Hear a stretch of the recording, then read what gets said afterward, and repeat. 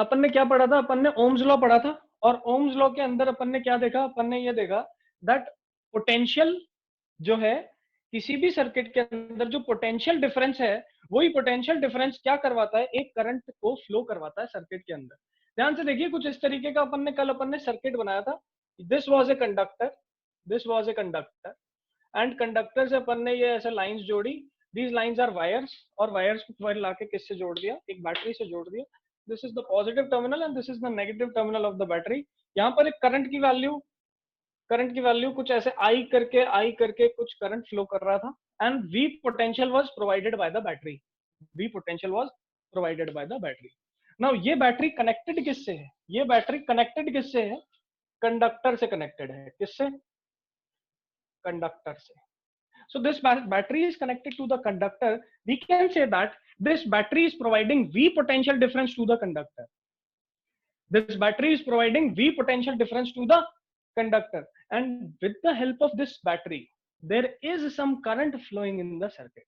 Ohm's law यही कहता है कि अगर सर्किट में करंट फ्लो करता है, अगर सर्किट में करंट फ्लो करता है, तो वो किसकी वजह से करेगा, पोटेंशियल डिफरेंस की वजह से करेगा। किसकी वजह से, पोटेंशियल डिफरेंस की वजह से। This is to be learn, this is very important property, and this is the statement of Ohm's law.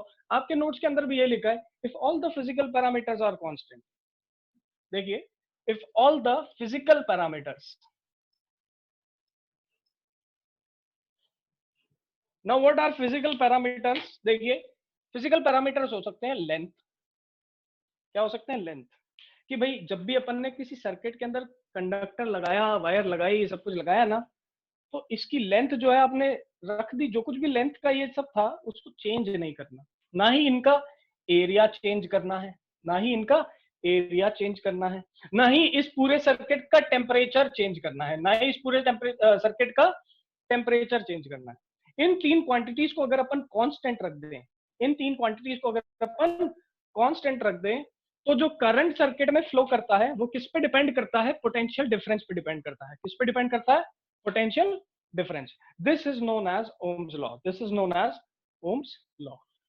Clear. Ohm's law को जब अपन ने आगे देखा, देखो यहाँ पर प्रोपोर्शनैलिटी का साइन लगाया, प्रोपोर्शनैलिटी हटाऊंगा तो क्या लगाऊंगा, एक constant, and this constant was resistor. इसी कांस्टेंट को अपन ने क्या बोला, रेजिस्टेंस बोला। Now what is the SI unit of resistance? SI unit of resistance अपन ने कल देखा कि भाई जिन्होंने इनकी खोज की उन्हीं के नाम पे अपन ने इसका SI यूनिट रख दिया। खोज किसने की थी, ओम ने की थी। किसने, ओम ने। तो इसका यूनिट भी क्या रख दिया अपन ने, ओम रख दिया, OHM, ओम। अपनी हिंदी भाषा वाला ओम नहीं, ओम, OHM, denoted by the Greek letter omega, denoted by the Greek letter omega. This is the statement and formula for Ohm's law. This is the statement and formula for Ohm's law. ध्यान से देखिए, proportionality का sign हटाया तो क्या लगाया, एक resistance R नाम का एक कांस्टेंट लगाया। क्या लगाया, R नाम का एक कांस्टेंट लगाया। What do you mean by constant? Constant मतलब ऐसी चीज जो चेंज ना करे। कांस्टेंट का मतलब होता है सेम, और ऐसी चीज जो चेंज ना करे, इसका मतलब सर्किट के अंदर जो भी रेजिस्टेंस होता है वो चेंज नहीं करता है, वो चेंज नहीं करता है। समझ में आई बात? ठीक है, तो देखिए ध्यान से, वी कैन से दैट अगर मैं यहां से क्रॉस मल्टीप्लीकेशन से आई को नीचे लेके जाऊं तो फॉर्मूला बनेगा V by I is equal to R, और R जो है वो क्या है, रेजिस्टेंस है। कब आया था, जब प्रोपोर्शनैलिटी हटाया था।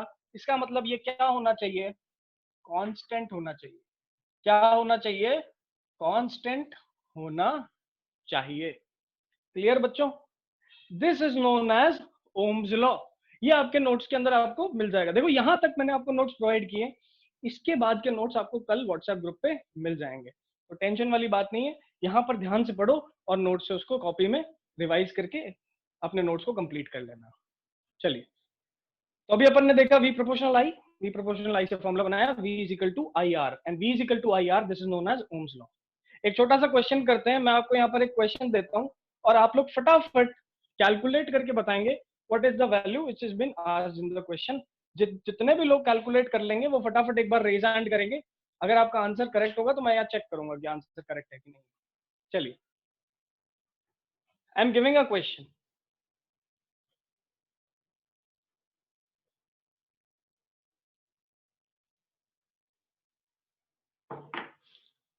ओम्स लॉ का फॉर्मूला मैं यहां पर मेंशन कर देता हूं। Ohm's law is V is equal to I R. V is equal to I R. चलिए, now what is the question, देखिए यहाँ question says that a current of 5 ampere, a current of 5 ampere flows through a circuit, flows through a circuit having potential difference, having potential difference, having potential difference 20 volts, 20 volts. Find the value of resistance in the circuit, resistance in the circuit।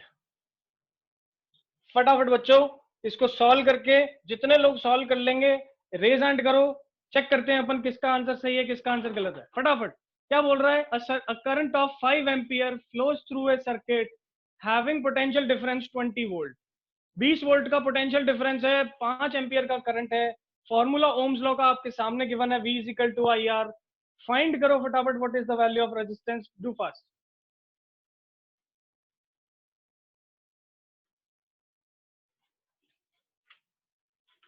Sir एक बार देखो।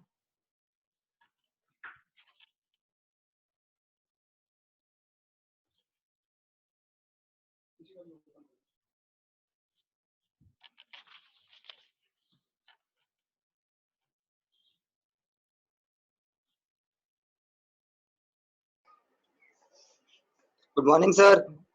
Good morning Dhruv, बताइए क्या answer है? Sir 4 ओम। 4 ओम कैसे निकाला बच्चे, बताओ एक बार, एक्सप्लेन कर दो हमें। Sir V upon I is equal to R. बिल्कुल सही। और फिर V की सर जगह अपन क्या रख देंगे? सर 20।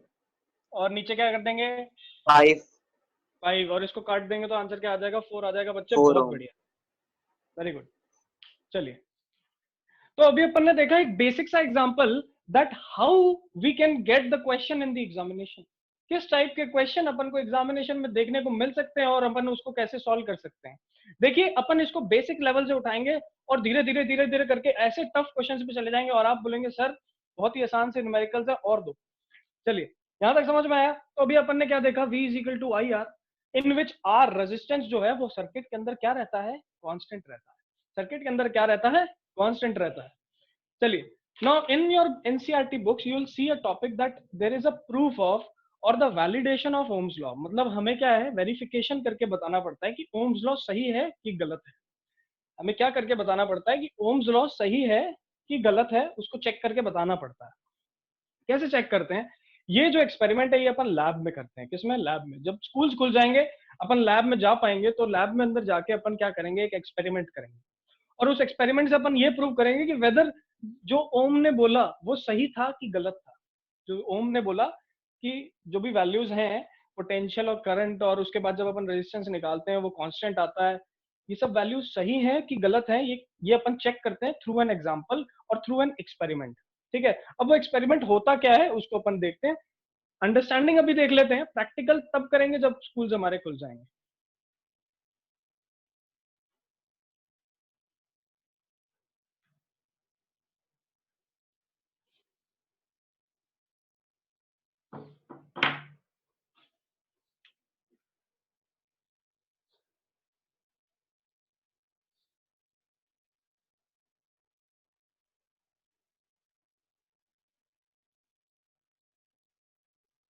देखिए, ये सर्किट में मैंने ये क्या बनाया? ये क्या है मेरे पास? बैटरी है। This is known as battery. और अपन बात कर चुके हैं पहले कि भाई जो बैटरी होती थी, बैटरी सर्किट के अंदर एनर्जी लेके बैठी होती है। बैटरी के पास खूब सारी एनर्जी होती है और ये एनर्जी कौन लेके चला जाता है? इलेक्ट्रॉन लेके चला जाता है, जिससे वो पूरे सर्किट में घूम घूम के अपने अप्लायंसेस को चलाता है। ये हम पहले देख चुके थे। चलिए, अब क्या किया हमने, इस बैटरी से आगे एक रेजिस्टेंस को कनेक्ट किया। किसको कनेक्ट किया? रेजिस्टेंस को। अब देखो होता क्या है, रेजिस्टेंस के बारे में बात करते हैं। इधर देखो, अभी अपन ने देखा रेजिस्टेंस को अपन ने ओम्स लॉ के अंदर कैपिटल आर से डिनोट किया। किससे डिनोट किया? कैपिटल आर से डिनोट किया। नाउ रेजिस्टेंस को सर्किट के अंदर बनाने के लिए अपने पास एक सिंबल की जरूरत पड़ी। किसकी जरूरत पड़ी? एक सिंबल की, क्योंकि मुझे एक सर्किट के अंदर कहां पर रेजिस्टेंस लगा हुआ है उसको बना के बताना पड़ता था। और याद रखना है आज से बच्चों कि एक रेजिस्टेंस को बनाने के लिए अपन ऐसे खूब सारी जिगजैग लाइंस बना देते हैं। देखो दिख रहा है जिगजैग लाइंस, इन जिगजैग लाइंस के ऊपर ऐसे लिख देंगे आर, तो ये क्या मिल जाएगा? रेजिस्टेंस मिल जाएगा। क्या मिल जाएगा? रेजिस्टेंस। समझ में आई बात? Now this R is resistance, और उसका सिंबल क्या होता है? ऐसी जिगजैग लाइंस होती है। क्लियर?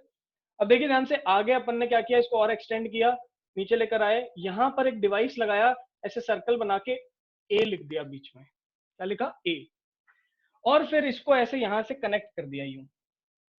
अब याद करो, इलेक्ट्रिक करंट को मेजर करने वाले डिवाइस को हम क्या बोलते थे? इलेक्ट्रिक करंट को मेजर करने वाले डिवाइस को बोलते थे हम एमीटर। बोलते थे, बोला था भैया कि एमीटर एक ऐसा डिवाइस है जो कि मेजर करेगा किसको? इलेक्ट्रिक करंट को। सही है? तो यहाँ पर इलेक्ट्रिक करंट को कौन मेजर कर रहा है? एमीटर मेजर कर रहा है। और एमीटर को अपन कैसे बनाते हैं? ऐसे एक सर्कल बनाया, उसके बीच में ए लिख दिया। भाई एमीटर की स्पेलिंग क्या होते हैं? AMMETER। किससे शुरू हो रही है? ए से शुरू हो रही है। इसीलिए अगर एक सर्कल बना के क्या लिख दूंगा? क्या लिख दूंगा? ए लिख दूंगा बीच में, that is known as ammeter. मतलब ये डिवाइस जो है क्या मेजर करेगा? करंट को मेजर करेगा। क्या मेजर करेगा? करंट को। ध्यान से देखिए, यहां पर मैंने एक और डिवाइस लगाया ऐसे। This device is known as voltmeter. इसको क्या बोलते हैं?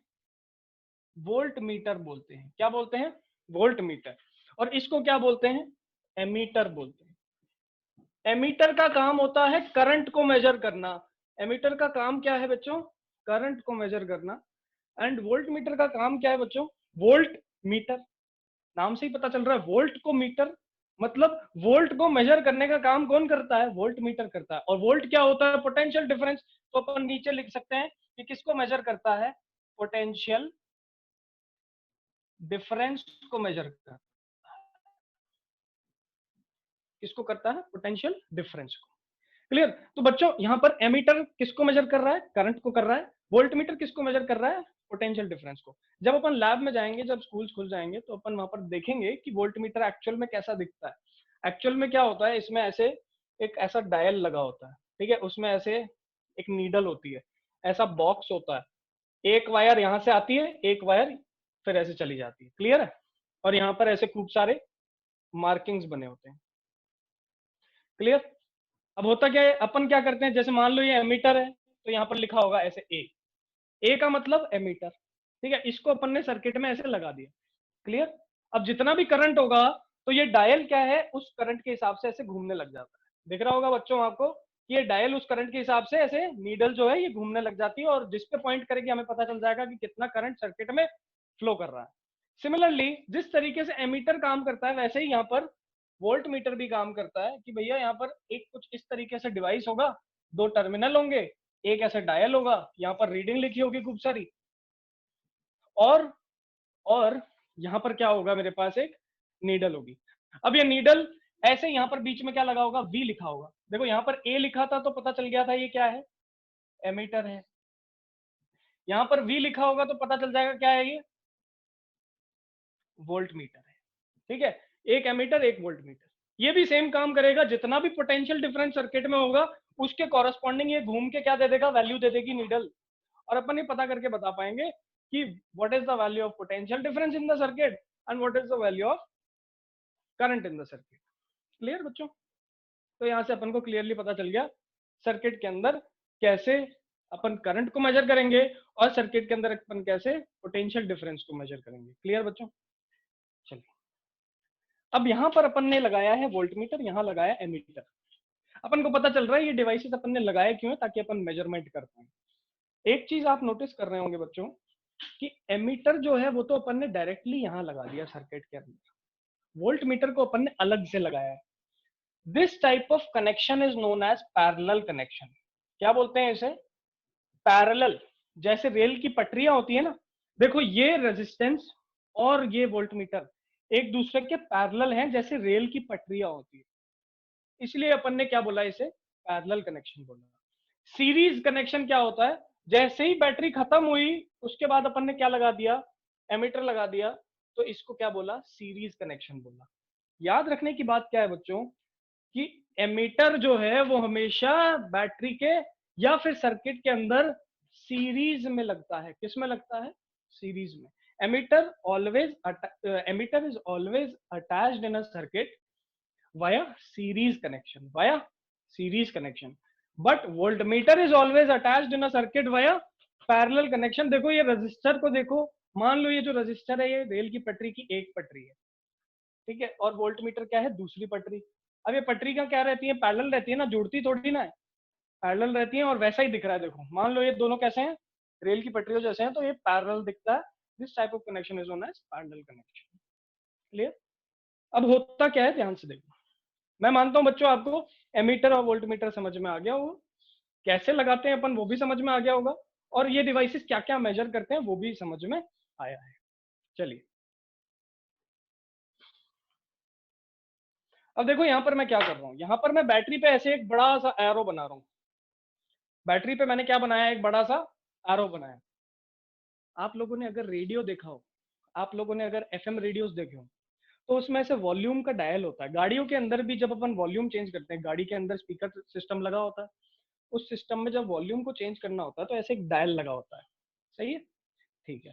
अब उस डायल को अपन क्लॉकवाइज घुमाते हैं, इस तरीके से क्लॉकवाइज घुमाया, तो डायल को जब अपन क्लॉकवाइज घुमाते हैं तो वॉल्यूम इंक्रीज होता है।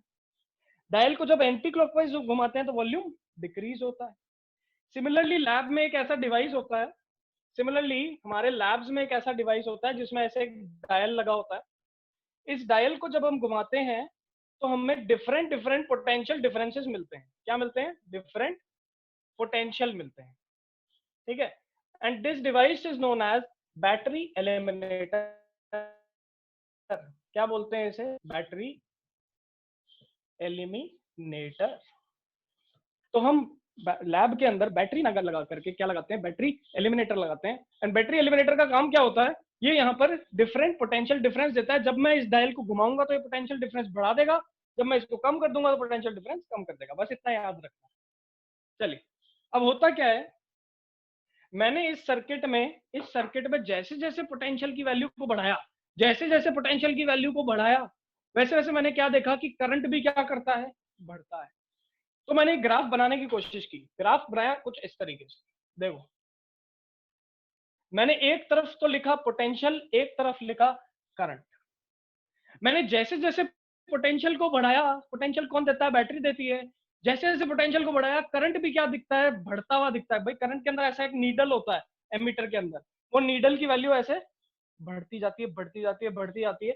और मैं क्या देखता हूँ कि as the potential difference increases in the circuit, the current also increases. जब हम इसका ग्राफ बनाते हैं तो क्या देखते हैं कि पोटेंशियल अगर बढ़ रहा है तो करंट भी बढ़ रहा है, पोटेंशियल अगर बढ़ रहा है तो करंट भी बढ़ रहा है। और जब अपन ग्राफ बनाए तो यहाँ पर क्या देखा कि this graph comes out to be a straight line, this graph comes out to be a straight line. Straight line का मतलब यहां से क्या पता चला, that slope is always constant. भाई देखो जो ढलान है, जो इंक्लिनेशन है, वो हमेशा क्या है, कांस्टेंट है। And this shows that resistance in the circuit, this shows that resistance in the circuit does not change।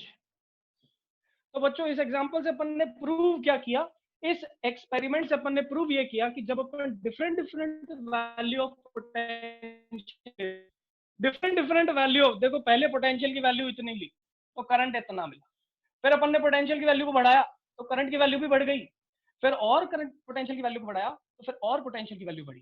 पता क्या चला यहां से कि पोटेंशियल पे क्या डिपेंड करता है, करंट। पहली चीज तो ये प्रूव हो गई, मैं पोटेंशियल बढ़ाऊंगा तो करंट भी बढ़ेगा। और प्रूव हो गई क्योंकि inclination this shows that resistance in the circuit does not change, resistance in the circuit does not change. Ohm's law ने यही दो बातें बोली थी। ओम्स लॉ के हिसाब से क्या था, ओम कहता है कि पोटेंशियल पे कौन डिपेंड करता है, करंट। पोटेंशियल पे कौन डिपेंड करता है, करंट। और दूसरी बात क्या बोली, दूसरी बात ये बोली कि रेजिस्टेंस सर्किट में कांस्टेंट रहता है, रेजिस्टेंस सर्किट में कांस्टेंट रहता है। इसको अपन क्या बोलेंगे, this is the experimental analysis of Ohm's law. ये हमने ओम्स लॉ का ही एनालिसिस किया है with the use of any experiment. Clear, समझ में आया बच्चों को, नहीं आया? चलिए फटाफट अपन और आगे देखते हैं क्या, किस पे रेजिस्टेंस किस पे डिपेंड करता है। ठीक है, ओम्स लॉ ने तो ये बोला कि एक सर्किट के अंदर रेजिस्टेंस कांस्टेंट है। कब कांस्टेंट है, याद करो, यहां पर मैंने लिखी थी तीन चीजें, जब उसकी लेंथ, जब उसकी लेंथ, जब उसका एरिया, और जब उसका temperature.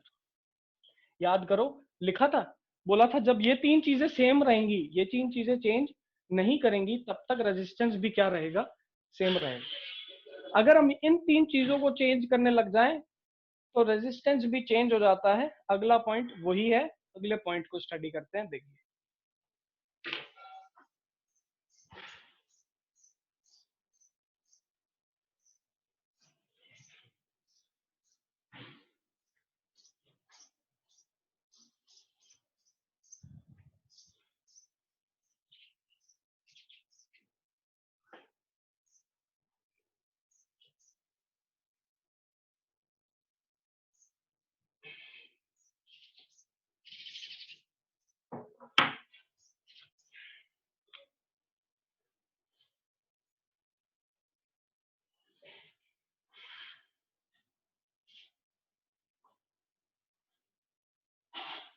Ohm's law states that if the physical parameters like length, area, temperature does not change, then potential जो भी रहेगा उस पर कौन डिपेंड करेगा, करंट डिपेंड करेगा। ये किसने बोला, ओम्स ने बोला।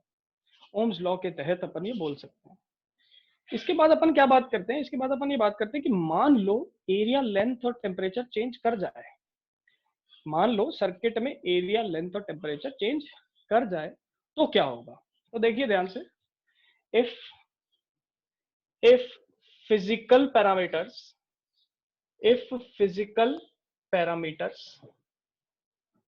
change, और ये फिजिकल पैरामीटर्स कौन से हैं, लेंथ, एरिया, टेम्परेचर है। तो क्या होगा अगर ये चेंज कर जाएंगे, then resistance also changes, then resistance also changes. तब रेजिस्टेंस खुद क्या हो जाएगा, चेंज हो जाएगा। कैसे चेंज होगा, ध्यान से देखिए। R is equal to, or we can say that resistance is directly proportional to length. Resistance किस पे डिपेंड करता है, डायरेक्टली प्रोपोर्शनल होता है लेंथ के, and inversely proportional to area, and inversely proportional to area. अब 2 मिनट के लिए पेन वैन को रख दो साइड और कहानी सुनो। 2 मिनट के लिए पेन वैन को रख दो साइड और कहानी सुनो कि रेजिस्टेंस होता क्या है। अभी अपन ने क्या देखा था, हमने देखा कि ये मेरे पास कंडक्टर, कंडक्टर को हमने लगाया बैटरी से और यहां पर करंट चलने लग गया। करंट चल रहा है, इसका मतलब यहां पर इलेक्ट्रॉन्स क्या कर रहे होंगे, फ्लो कर रहे होंगे। ठीक, खुद सोचो, क्या पूरे की पूरी जो वायर होती है वो खुद एटम से मिलके बनी होती है? इसका मतलब एक सॉलिड के अंदर, भाई ये वायर तो सॉलिड है, कंडक्टर भी सॉलिड है, बैटरी भी सॉलिड है, सब कुछ सॉलिड है। सॉलिड के अंदर जगह तो होती ही नहीं है, सब कुछ पास पास क्लोजली पैक्ड होता है। आपने पढ़ा है मैटर चैप्टर के अंदर कि सॉलिड के अंदर सब कुछ पास पास होते हैं, लिक्विड के अंदर थोड़े दूर दूर होते हैं, गैसेस के अंदर सबसे दूर होते हैं। पढ़ी है ना ये चीज, ये सब कुछ तो सॉलिड है। फिर भैया इसके अंदर जब इलेक्ट्रॉन चलेगा, इसके अंदर जब इलेक्ट्रॉन ऐसे चलेगा बच्चों, तो एक बात बताओ, क्या इलेक्ट्रॉन आसानी से चलेगा कि वो टकराएगा लोगों से चलते हुए? भाई खुद सोचो, if this is a solid, ये पूरे के पूरे स्ट्रक्चर के साथ सॉलिड है, तो अंदर इलेक्ट्रॉन के मूवमेंट के लिए जगह बहुत कम है ना। क्यों? क्योंकि इलेक्ट्रॉन्स, सॉलिड के पार्टिकल्स ऐसे पास पास होते हैं, सॉलिड के पास पार्टिकल्स ऐसे पास पास होते हैं और इनके बीच में जगह जो है वो बहुत कम होती है, जगह जो है वो बहुत कम होती है। इसलिए यहाँ पर इलेक्ट्रॉन्स के मूवमेंट को सफिशिएंट स्पेस जो है वो नहीं मिल पाता है, इलेक्ट्रॉन्स के मूवमेंट को सफिशिएंट स्पेस नहीं मिल पाता। इसीलिए जब इलेक्ट्रॉन इसे एंटर करता है तो इलेक्ट्रॉन जैसे ही सॉलिड वो एंटर करेगा वो कोलिजन्स खाना शुरू कर देगा। किससे? एटम से। इलेक्ट्रॉन जैसे ही घुसा कंडक्टर में वो एटम से क्या करने लगा? कोलिजन्स खाने लगा। वो पहले एक एटम से कोलिजन खाता है, डायरेक्शन बदली, दूसरे एटम से कोलिजन खाया, फिर तीसरे से कोलिजन खाया, चौथे से, और ऐसे कोलिजन खा खा के आगे निकलता है। अब खुद सोचो, जब वो कोलिजन खा खा के आगे निकला तो इस सॉलिड ने, इस कंडक्टर ने इसको रोकने की कोशिश की ना। भाई यहाँ पर जो एटम्स हैं वो कोलिजन की वजह से इलेक्ट्रॉन्स को रोकने की कोशिश करते हैं। क्या करने की कोशिश करते हैं? रोकने की। और इसी ऑब्स्ट्रक्शन को अपन क्या बोलते हैं? रेजिस्टेंस बोलते हैं। क्या बोलते हैं? रेजिस्टेंस। तो क्या रेजिस्टेंस कोई ऐसा ऑब्जेक्ट है क्या जो मुझे सर्किट में देखने को मिलता है? नहीं। Resistance is a property. Resistance क्या होती है? प्रॉपर्टी होती है। किसकी होती है? मैटर की होती है ये भी प्रॉपर्टी। और इस प्रॉपर्टी की वजह से जो मैटर है वो इलेक्ट्रॉन्स के फ्लो को रोकने की कोशिश करता है। कुछ सोचो, रेजिस्ट करना मतलब, रेजिस्ट का मतलब क्या होता है? किसी चीज को ना करना। That is resistance. मेरे को अगर कोई चीज पसंद नहीं है तो मैं उसको नहीं करने की कोशिश करूंगा, मैं चाहूंगा कि ऑब्स्ट्रक्ट करूं, उसके वे को खत्म करूं। तो यहां पर भी इलेक्ट्रॉन्स जब मूव करते हैं, conductors, wires, each and everything tries to stop the electrons, रोकने की कोशिश करते हैं, ऑब्स्ट्रक्शन प्रोवाइड करते हैं, रेजिस्टेंस ऑफर करते हैं। उस रेजिस्टेंस की वजह से इलेक्ट्रॉन्स यहाँ पर क्या करते हैं? एनर्जी को लूज करने लगते हैं। ठीक है, अभी अपन ने पढ़ा था पिछले इलेक्ट्रिक करंट में कि जब इलेक्ट्रॉन घूमता है सर्किट के अंदर तो अपनी एनर्जी को लूज कर देता है। क्यों लूज करता है? Because of this resistance lose करता है। बिकॉज ऑफ दिस रेजिस्टेंस वो क्या करता है? लूज करता है। अब एक चीज और खुद से सोचना, अब एक कंडक्टर है इतना बड़ा और एक कंडक्टर है इतना बड़ा। देखो, दो कंडक्टर्स है मेरे पास। In the number first conductor की बात करें, फर्स्ट कंडक्टर की लेंथ जो है वो छोटी है, सेकंड कंडक्टर की लेंथ बड़ी है। इलेक्ट्रॉन को एक बार सिर्फ और सिर्फ इतना सा रास्ता ट्रेवल करना है, दूसरे पे केस में इलेक्ट्रॉन को बहुत लंबा रास्ता ट्रेवल करना है। समझ में आई बात? तो खुद सोचो, रेजिस्टेंस इलेक्ट्रॉन को किस में ज्यादा मिलेगा? जब वो छोटे रास्ते को ट्रेवल करेगा तो ऑब्वियसली रेजिस्टेंस उसे कम मिलेगा, क्योंकि जब एटम्स ही कम होंगे तो वो बड़े आराम से निकल जाएगा। सही है। लेकिन जब लेंथ बहुत ज्यादा इलेक्ट्रॉन को ट्रेवल करनी है तो रेजिस्टेंस की वैल्यू भी क्या रहती है? ज्यादा रहती है। इसीलिए अपन बोलते हैं दैट रेजिस्टेंस लेंथ के डायरेक्टली प्रोपोर्शनल होता है। इसीलिए अपन क्या बोलते हैं? रेजिस्टेंस लेंथ के डायरेक्टली प्रोपोर्शनल होता है। इसका मतलब, अगर खुद सोचना, अगर आपको 1 किलोमीटर चलना हो और आपको 10 किलोमीटर चलना हो तो आपके लिए आसान क्या होगा? 1 किलोमीटर चलना, क्योंकि 10 किलोमीटर में तो आप थक जाओगे। सिमिलरली इलेक्ट्रॉन के लिए भी है भैया, अगर उसे छोटी लेंथ ट्रैवल करनी है तो बड़े आराम से कर जाएगा, लेकिन अगर उसे बड़ी लेंथ ट्रैवल करनी है तो उसे मेहनत ज्यादा करनी पड़ेगी। इसीलिए रेजिस्टेंस किस पे डिपेंड करता है? लेंथ पे। जैसे लेंथ बढ़ेगी कंडक्टर की वैसे वैसे रेजिस्टेंस भी बढ़ेगा। क्लियर? एक और एग्जांपल देखते हैं और आज की क्लास को फिर खत्म करते हैं। देखिए, सेकंड इज, दो कंडक्टर मैंने लिए, एक कंडक्टर है ये एंड दूसरा कंडक्टर है ऐसा। सोचो, इन दोनों कंडक्टर्स में किसका एरिया बड़ा? ऑब्वियसली इसका एरिया ज्यादा है। इसका एरिया अगर ज्यादा, सेकंड कंडक्टर का एरिया ज्यादा, तो खुद सोचो इलेक्ट्रॉन आसानी से किसमें से निकलेगा? नीचे वाले में से। भाई ऊपर वाले में तो एरिया ही कम है ना, जाने का एरिया ही कम है। ये देखो, ये एरिया, ये area. If this area is less तो इलेक्ट्रॉन को जगह क्या मिली? कम मिली, जिस जगह में से वो जा सके। बट यहाँ पर एरिया की वैल्यू क्या है? ज्यादा है, एरिया बहुत बड़ा है, तो इलेक्ट्रॉन बड़े ही आराम से पास हो सकता है। इसका मतलब रेजिस्टेंस लेंथ पे तो डायरेक्टली प्रोपोर्शनल होता है, बट रेजिस्टेंस एरिया पे इनवर्सली प्रोपोर्शनल होता है। That means if area increases, resistance decreases. अगर एरिया बढ़ेगा तो रेजिस्टेंस डिक्रीज हो जाएगा। बट अगर लेंथ बढ़ेगी तो रेजिस्टेंस भी बढ़ जाएगा। This is known as the dependency of resistance. इसी को अपन क्या बोलते हैं? डिपेंडेंसी ऑफ रेजिस्टेंस बोलते हैं, कि रेजिस्टेंस किन किन चीजों पे डिपेंड करता है। इसीलिए ओम लॉ ने क्या बोला? ओम्स लॉ ने ये बोला कि रेजिस्टेंस तब कांस्टेंट रहेगा जब फिजिकल पैरामीटर्स भी सेम रहेंगे। याद करो, उसने बोला था लेंथ एरिया एंड टेम्परेचर, ये तीनों चीजें क्या रहनी चाहिए? कांस्टेंट रहनी चाहिए। क्या रहनी चाहिए? कांस्टेंट। अगर यही चेंज हो जाएंगी तो रेजिस्टेंस चेंज हो जाएगा, इसका मतलब ओम्स लॉ गलत हो जाएगा।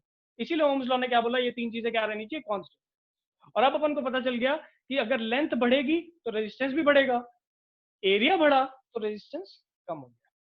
चलिए आज की क्लास को यहीं खत्म करेंगे। नोट्स मैं आपको आपके व्हाट्सएप पे प्रोवाइड कर दूंगा। क्लियर है? आज अपन रेजिस्टेंस पे इसको खत्म कर रहे हैं। इससे पहले अपन ने वेरिफिकेशन ऑफ ओम्स लॉ देखा एक्सपेरिमेंट के थ्रू।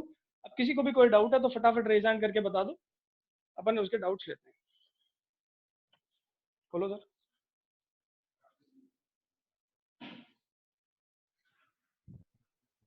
हेलो अपेक्षा, good Hello, morning. good morning, sir. हाँ जी, Sir, I just want to ask that there must be some limitation of emitter and voltmeter. There must, yes there is in our laboratory. जब अपन school के laboratory में देखेंगे तो there is a limitation कि voltmeter 3 volt तक ही major कर सकता है। लेकिन जब अपन इंडस्ट्री में जाते हैं, जब अपन फैक्ट्रीज में जाते हैं, वहां पर वोल्ट मीटर 150, 2000, 10,000 वोल्ट तक के भी लगे होते हैं। ठीक है? तो वोल्ट मीटर की भी कैटेगरीज होती है। जो हम अपने घरों में, अपनी लैबोरेटरीज में यूज करते हैं वो छोटे वोल्ट मीटर्स होते हैं, वो कम पोटेंशियल डिफरेंस तक ही मेजर कर पाते हैं। क्लियर? लेकिन जब अपन इंडस्ट्री ग्रेड में जाए, जब अपन फैक्ट्रीज में जाए, तो वहां पर बहुत बड़े बड़े, बहुत सेंसिटिव वोल्ट मीटर्स लगे होते हैं। Clear?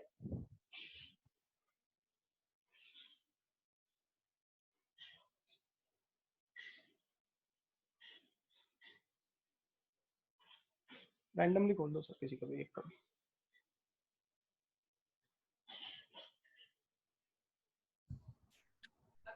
Anuj Arora. Yes, sir. Yes, Anuj. Are you following the classes? Yes, sir. Yes. So please tell me, Anuj, that what is the formula for potential V in equals to yesterday's IR. in yesterday's class we have studied it. What is the formula, Anuj? V equals to IR. This formula has been given by Ohm's law. Yes or no? Yes, sir. Okay, very good. What is Sir, the I had SI a unit of? हाँ बोलो। Sir अगर मतलब जैसे हाँ जी बच्चे। करते हैं, दोबारा बोलो बच्चे, ये आपकी आवाज क्लियर नहीं है। जो इलेक्ट्रॉन्स हैं वो हाँ एटम जी, से कोलाइड करते हैं, हाँ जी। लेकिन सर एटम्स तो खुद ही 90% एम्प्टी होते हैं, तो फिर वो कोलाइड कैसे करते हैं? देखिए ध्यान से,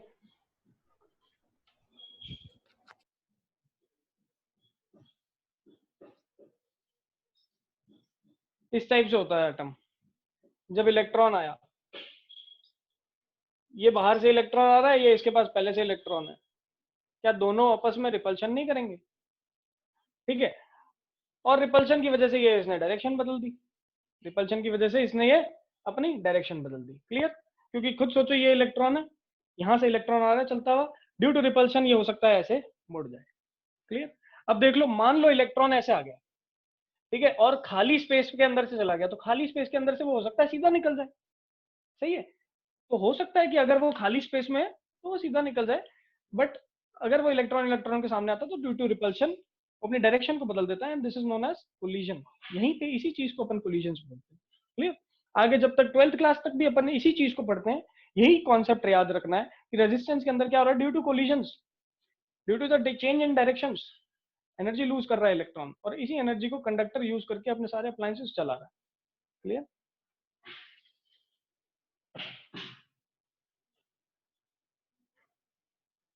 कर दो sir unmute. Dev Khatri, good morning.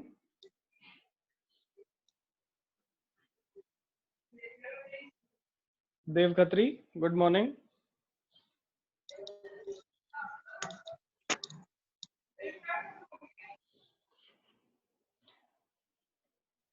Dev Khatri, good morning.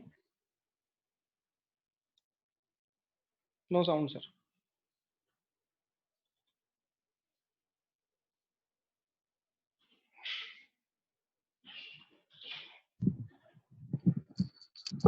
Good morning Gautam. Good morning sir. Yes Gautam, what is sir your doubt? मेरा डाउट ये था कि आपने बोला कि इलेक्ट्रॉन जब अपनी एनर्जी लूज करता है तब उस एनर्जी से कंडक्टर मतलब चलाता है जो भी अप्लायंसेस और होते हैं। हाँ तो जी। सर जो इलेक्ट्रॉन जो एनर्जी लूज कर उससे अप्लायंसेस चलते हैं या फिर एनर्जी इलेक्ट्रॉन बस बची भी होती है उससे? नहीं, देखो, जो अप्लायंसेस चल रहे हैं वो किसकी एनर्जी से चल रहे हैं? बैटरी की एनर्जी से, ठीक है। अब अगर अपन अपने सर्किट के अंदर बैटरी हटा दें, मैंने रिमोट से बैटरी हटा दी, तो इलेक्ट्रॉन तो अभी भी है ना रिमोट के पास, लेकिन इलेक्ट्रॉन की एनर्जी से तो सर रिमोट चलता नहीं है ना। जब तक बैटरी डालूंगा, जब तक बैटरी नहीं डालूंगा तब तक रिमोट वर्क नहीं करेगा। याद रखने की बात क्या है कि इलेक्ट्रॉन बैटरी की एनर्जी लेके कंडक्टर को दे देता है, ठीक है। इलेक्ट्रॉन खुद की एनर्जी नहीं देता, इलेक्ट्रॉन बैटरी से एनर्जी लेता है, कंडक्टर को दे देता है। याद रखने की बात ये है। चलिए, आज की क्लास अगर आपको पसंद आई, नोट्स मैं आपको व्हाट्सएप ग्रुप पे प्रोवाइड कर दूंगा। आज की क्लास अगर आपको पसंद आई है, सब कुछ अगर क्लियर है, तो एक बार हैंड रेज करके हमें ये बता दें कि everything was okay and will close the class.